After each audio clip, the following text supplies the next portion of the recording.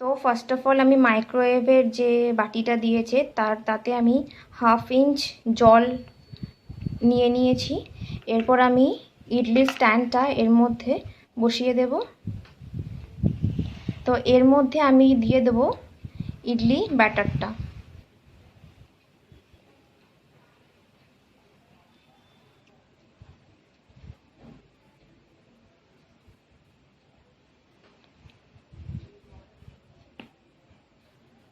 তো এবার অল্প অল্প করে ঝাঁকিয়ে নিতে হবে যাতে ওপরের সারফেসটা একদম স্মুথ হয়ে যায়।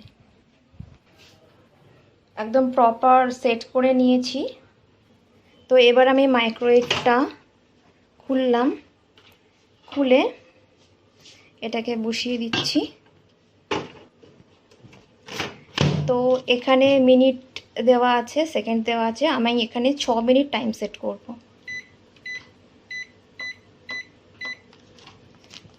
তো দেন এখানে একটা স্টার্ট বাটন আছে, স্টার্ট করে দিচ্ছি। তো এটা তৈরি হয়ে গেছে 6 মিনিট পরে। অতটাও গরম হবে না, হাত দেওয়া যাচ্ছে।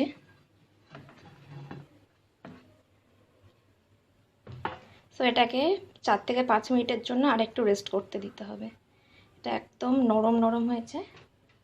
5 মিনিট পরে এটা সেট হয়েছে। এবার এটাকে কেটে নিতে হবে। সাইড থেকে ছুরি দিয়ে অল্প অল্প করে কেটে নিতে হবে। যা কমপ্লিট, একদম পুরো নরম তুলতুলে হয়েছে। এইভাবে সবটা কেটে নিতে হবে।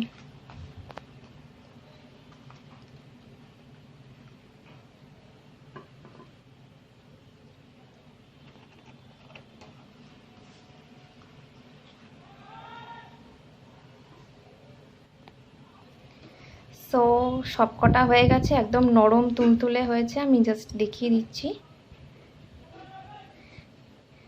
রেসিপিটা ভালো লাগলে লাইক, শেয়ার অ্যান্ড সাবস্ক্রাইব। যদি ইডলির ব্যাটারটা জানতে ইচ্ছুক হয় তাহলে তো কমেন্ট সেকশানে জানিয়ে দিতে পারেন।